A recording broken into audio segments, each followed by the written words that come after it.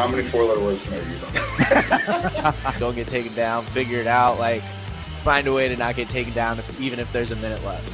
Oh, Nick, I'm a top guy, so I love top wrestling. We have an amazing culture within our program, and you know, we build it. We don't buy it. We build it. So I think that wrestling is the greatest sport on earth.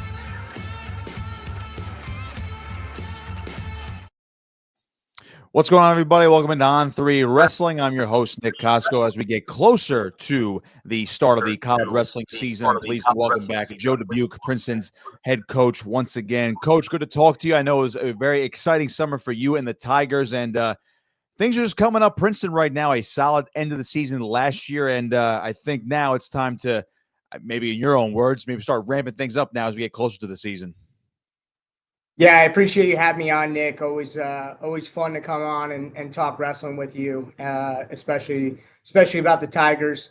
Yeah, I mean, again, coming off of last year, we made some progress as a program, but the standard has been set. I told my guys, if you make it to the NCAA tournament and you don't get on the podium, we can look back and we can definitely say, hey, there was progress made, but it was a disappointing NCAA.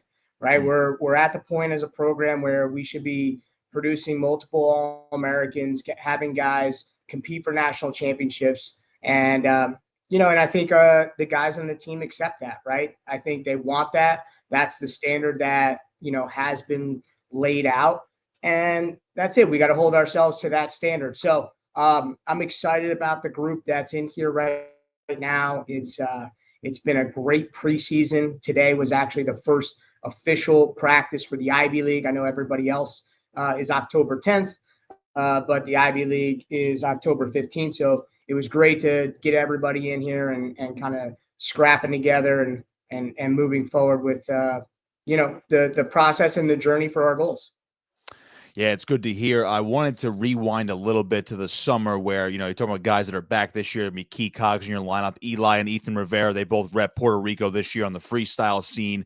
I guess my question is when it comes to that summer experience where, you see a lot of these big programs where, they're able to put multiple guys from multiple countries in these, U20s, U23s or senior level. I know you guys also had Quincy Monday compete on the senior level, being a Princeton alum and, a really key cog in that room still to this day. When you have those two guys represent their age groups over the summer, what's that do for their experience, their growth and development going into what maybe could be considered a pivotal year for Princeton wrestling? Yeah, I think, anytime you make a world team, it gives you something to train for, right? And I think, when you're here this summer, you're either, again, trying to get better in areas that you need to get better, right? Just, I hate to say it like training to train, but when you make that world team, right, and you make a U20, U23 world team, now you have something to train towards. Right. You have a competition. You're going to Pan Ams. You're going to the World Championships. So I think that's always good. And I think the way that we're recruiting more guys who have those goals of winning a U20 World Championship, making a senior level world team, winning a world championship either for the United States or another country.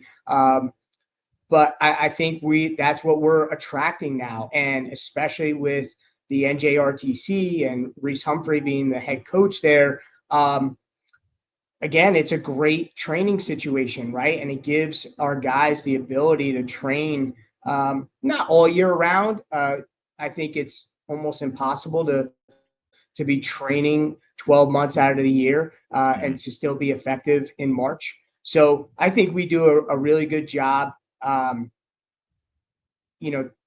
laying out plans throughout the summer that is conducive for our guys and what their goals are, right? I think Eli and Ethan were on a little bit of a different plan than the other probably 12 to 15 guys that we had consistently in the room in the RTC throughout the summer.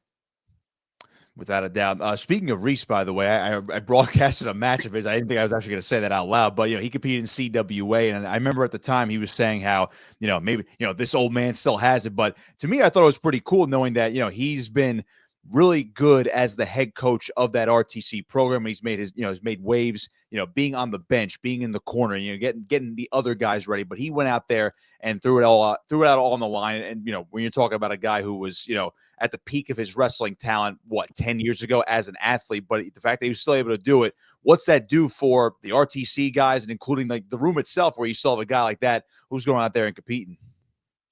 Yeah, I think it's really cool. I think our guys, obviously they respect him as a coach, and maybe they weren't able to see him compete. They were maybe a little too young to see him repping the United States of America.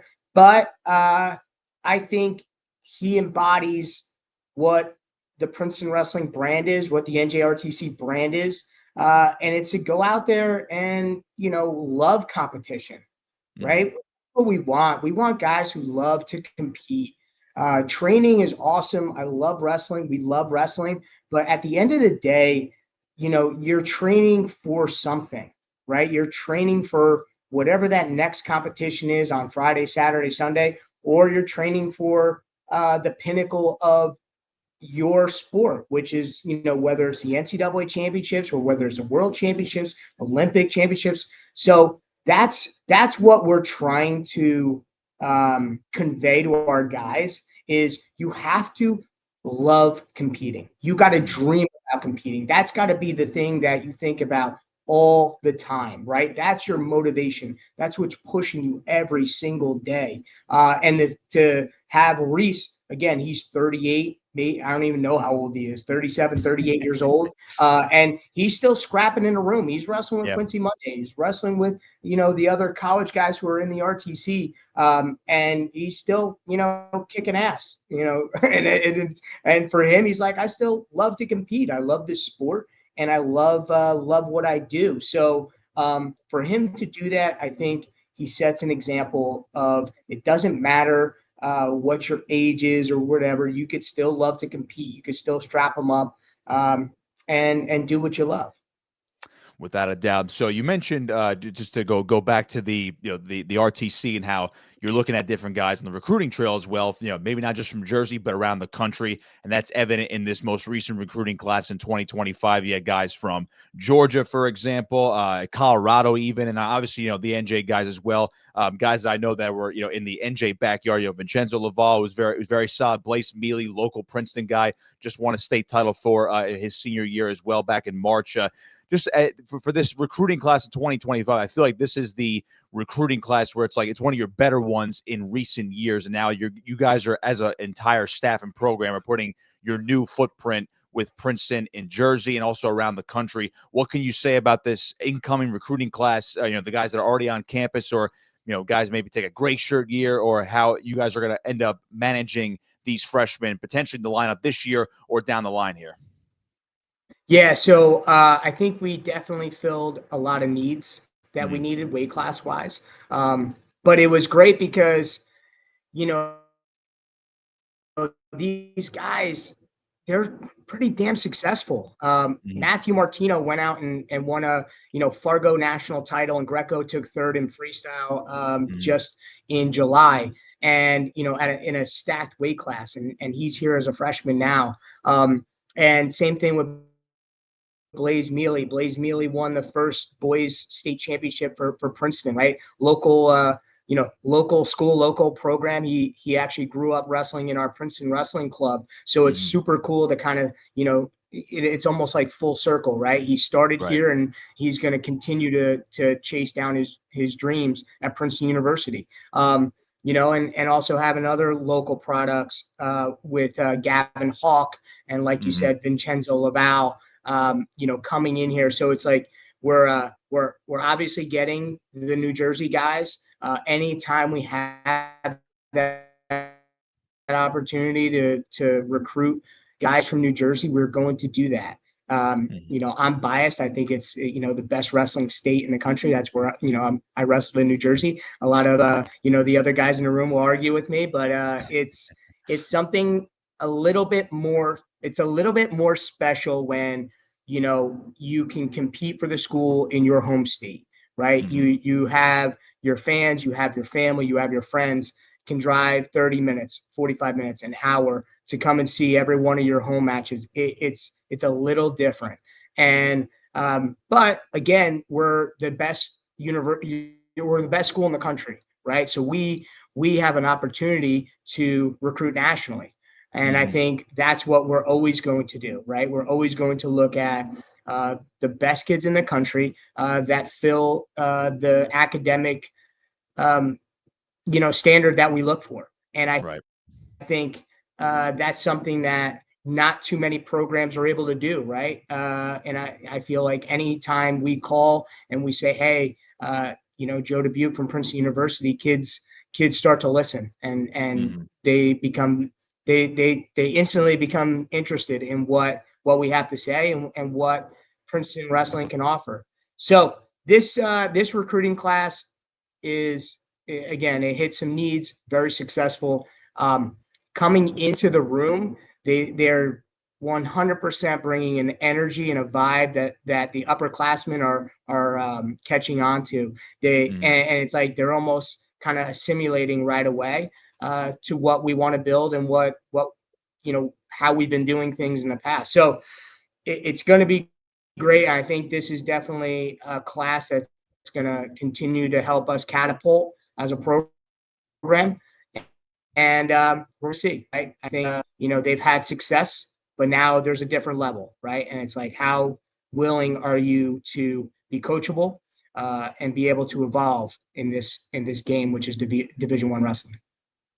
Absolutely. And speaking of coaching, you guys added Ryan Wolf to the coaching staff earlier this spring or late spring, early summer.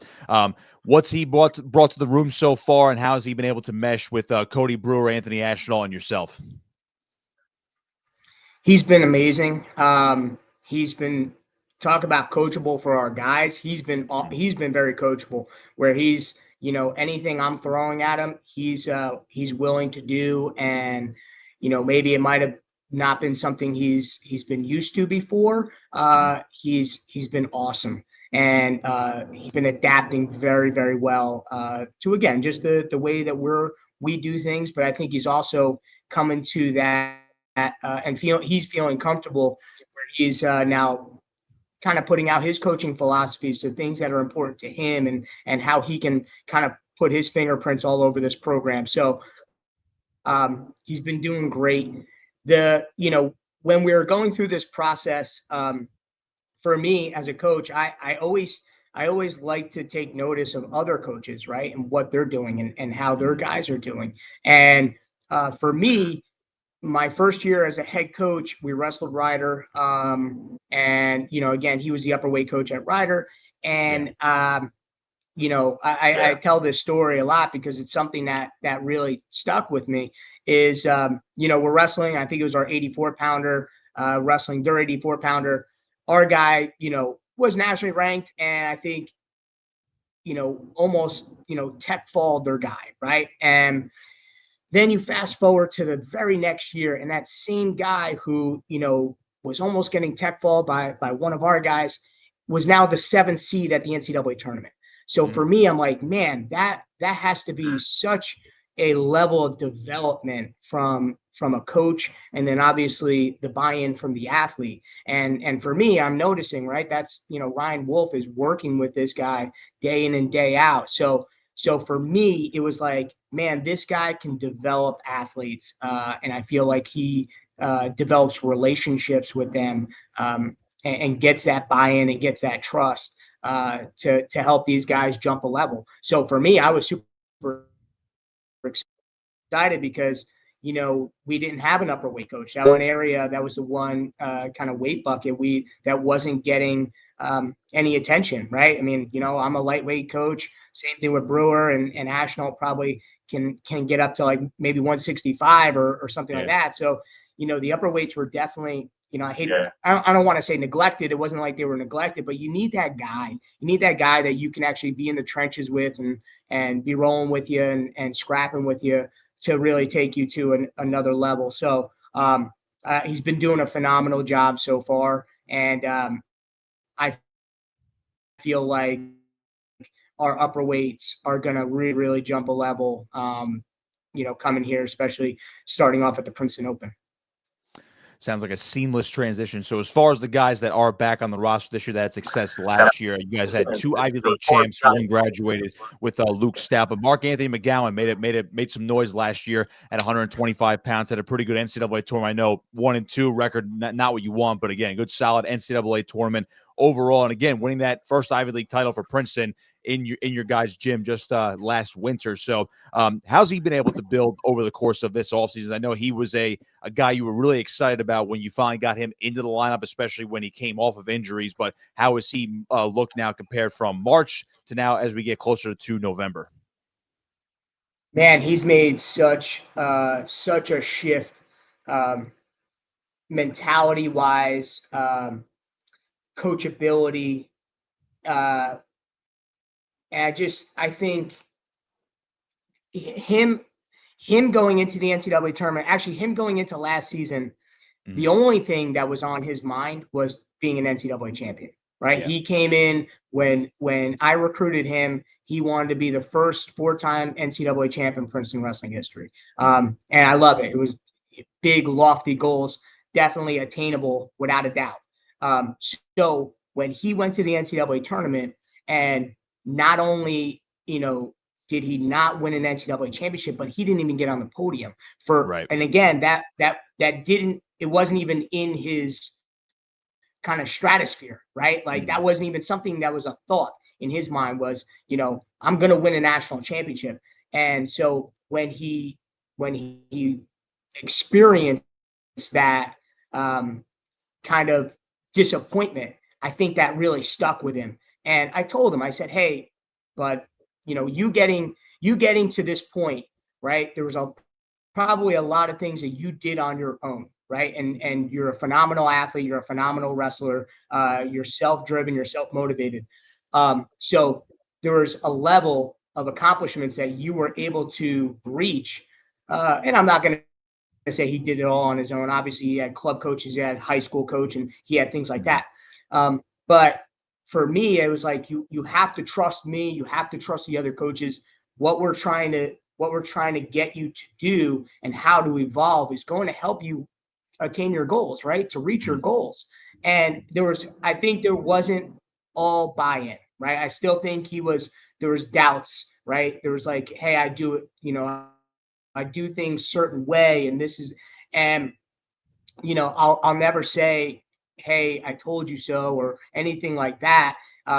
But I was telling him, like, you have to utilize us, right? There's a reason why we're here. There's a reason why we're doing this. And especially for 3 coaches that are around your weight that won national titles, right? That did what you want to do. Why wouldn't you hang on their every word, and just do whatever they say? So now, like me saying that, he's an extremely hard worker. Like, that's the thing. It's not like he wasn't willing to do the work. It was just, buying into what the actual philosophies that we have and doing those things the right way. So, man, he's a different animal. I truly believe sometimes for you to evolve as an athlete, you have to experience that large, immense disappointment to make you change. And it was something that happened in my career too. I can remember, I can pinpoint it. I know the moment that I had to feel for me to change and to evolve, to be able to, get what I wanted. So for him, man, like, I think the goal stays the same. He wants to be a national champ. Now it just goes from 4-time national champ to 3-time national champ, but now he's coming in a lot different. And, I'm getting closer and closer to retirement. And I think he's probably just from the mat. I mean, like, he's going to retire me from wrestling live. I feel like, the gap is getting, actually the gap is getting wider, and it's him pulling away. It's not him. It's not me holding on to anything. It's me trying to stay in there and score takedowns and score points and get off bottom and things like that. Speaking to him as a leader, last year as a freshman, I think he was a guy who led by example, was always doing the extra and giving full effort. But now he's actually speaking up, right? I think he's being a little bit more vocal, and I think he's he's invested in not only his own individual goals, but he's invested in the team goals. And I think that's something that's special, that speaks to our culture. You know, I'm excited. I'm excited for him. You know, again, I know there's people out there who, you know, I don't know, maybe a lot of people have forgotten about Mark Anthony McGowan, but I promise you, he's going to make a lot of people remember who he is and what he's done and what he's going to do. Yeah, I would absolutely expect him to make some big jumps here as a sophomore after a pretty solid first year as a full-time starter. Another guy who you probably is going to make a lot of jumps from last year to this year, and he already made some big jumps. Again, you're talking about full health. I know when we talked last year, it was about we need to get these guys healthy because we can be dangerous. Another dangerous guy is Ty Whalen, who won 21 matches last year, got to NCAAs as well. I would imagine probably the same thing, whether it's mentality or maybe it's just physically for him from last year to this year. How's he looked in that transition from 25 now going on to closer to 26? Yeah, so Ty's the team leader, team captain. You know, he was named captain as a sophomore. It just embodies everything that we talk about in the Princeton wrestling program, and he does an amazing job in that. But he also has a high goal for himself too. He's going to be a little unrecognizable. So, you know, we joked about Ty Whalen probably ate the 149-pound Ty Whalen. He's going to be moving up a couple weights. He's going to be trying to go 165 this year. He did a phenomenal job in the weight room. So he feels strong. He's healthy. He's starting to figure out it's a little bit of a different game, right? 49-55, a little bit of a different game. And I think he definitely has the attributes to be successful at that weight class. So I'm excited to see what that looks like, right? What, you know, again, you go up to weight class, you never know, but he's looked phenomenal in the room. And, you know, I think he's excited to go out there and really, you know, just focus on, you know, competing, right? Not have the focus on, you know, cutting weight and just trying to make weight.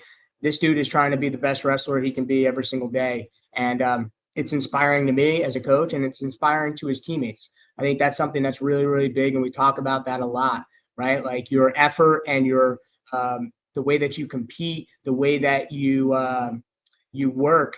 Not only is it going to help you, but it can inspire the people around you. So I think that's something that our team has gravitated, you know, to him about that. I would imagine a bigger Ty Whalen is certainly a scarier Ty Whalen for sure. And the fact that he's going up 2 weight classes, it looked like I think I saw projections of 157. So he must have really been eating and lifting a lot over the course of the offseason right there, huh? Yeah, so, you know, full transparency, we have another great option at 165 and Holden Garcia, who's coming off of a gap year. So, you know, those guys are going to figure it out, but I think Ty is a little smaller than Holden. So he's certed for 157. And, you know, again, but they're going to figure it out at the Princeton Open.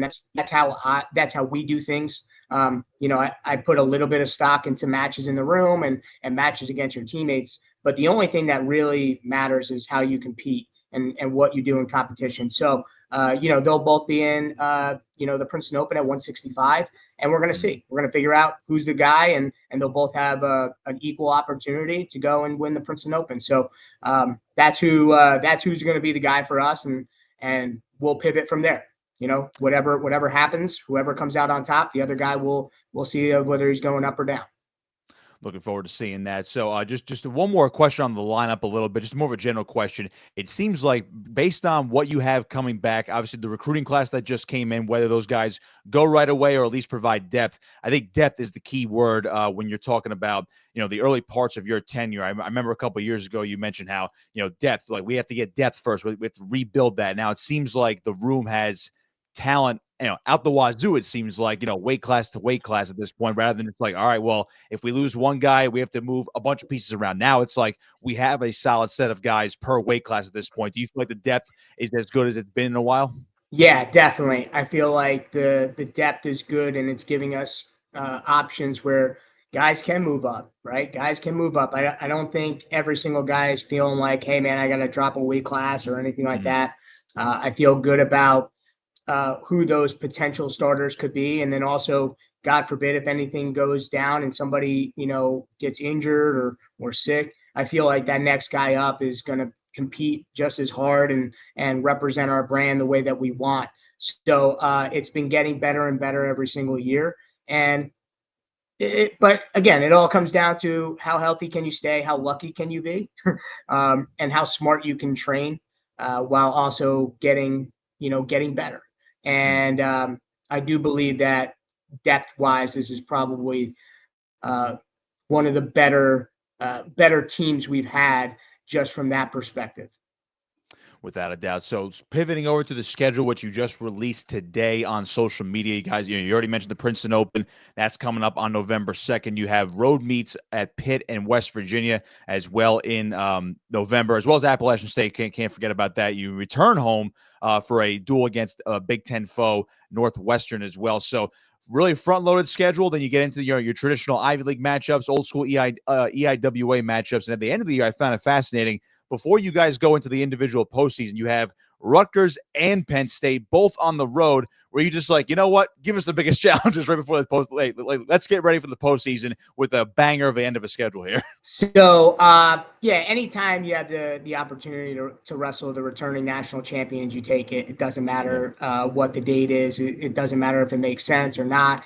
You have to have that opportunity, and you have to give your guys the opportunity, because at the NCAA tournament, those are the guys who you're going to wrestle in the quarters, the semis, the finals, right. And you need to feel that. You need to have an opportunity to knock them off and upset them. You need the opportunity to wrestle them hard and see where you're at and make adjustments before the NCAA tournament. So that was a no-brainer when I heard they were interested in having us come out. I said, absolutely. Let's make this happen. And then Rutgers, because we did the CKLB, Cliff Keen Invitational, that was usually the date that we wrestled Rutgers. So that kind of threw a little bit of a wrench. We were really trying to figure out, hey, what's gonna work the best for both of our programs. And, Goody came out and he's like, hey, you want to do a Monday? I know you're wrestling Penn on a Saturday. You can wrestle us on a Monday. And I know you're going down to Penn State, which is definitely a week-long gauntlet. But again, I think that gets our guys prepared. I think there's ebbs and flows of the season. And I think, that's just one match, or that's one situation that can where you don't get a week, right? You don't get 3 days to respond or recover. Like that's an hour to 2 hours a day where you have to adjust, and you have to recover to come back and beat all those guys. So super excited about how our schedule came out. I think it's challenging, but I think we're also smart in the way that we do things too.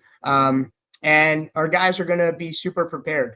When they step on the line at the NCAA tournament, they are going to know that they wrestled guys who are nationally ranked. They beat nationally ranked guys. If they lost to them, they're going to figure out what adjustments they need to make to flip that result. We love hearing that. Again, we load a schedule like that. It's good for the fans, good for you guys, and I think it's good for everybody involved when it comes to watching Princeton wrestling this year. I wanted to pivot a little bit. You had a very interesting visitor to campus. Your son, Chase Dubuque, took a visit to the print. Got the whole recruiting treatment. I thought that was really, really cool. I saw your post on Instagram, and he got like the photo shoot. I think he had what do you have, like maybe not an axe, or maybe, I don't know what he had, but I thought it was really cool. So what was it like having him on campus? Obviously, that's a little bit of a different pitch you have to give him. It's like, I'm sure you're telling him every day. It's like, hey, come on over. Like, we'll go right down the street to go to school, but a little bit different. But what was that like for you guys? Yeah. So, now I'm speaking as dad and not the head coach of Princeton Wrestling. So it was very cool for me. I think it was very cool for my wife also to have him here and experience something like that. It opens your eyes, and it opened his eyes to what he could do and what his true potential could be, and what it looks like inside a Division I wrestling program. So again, as a dad, it was cool for him to experience that.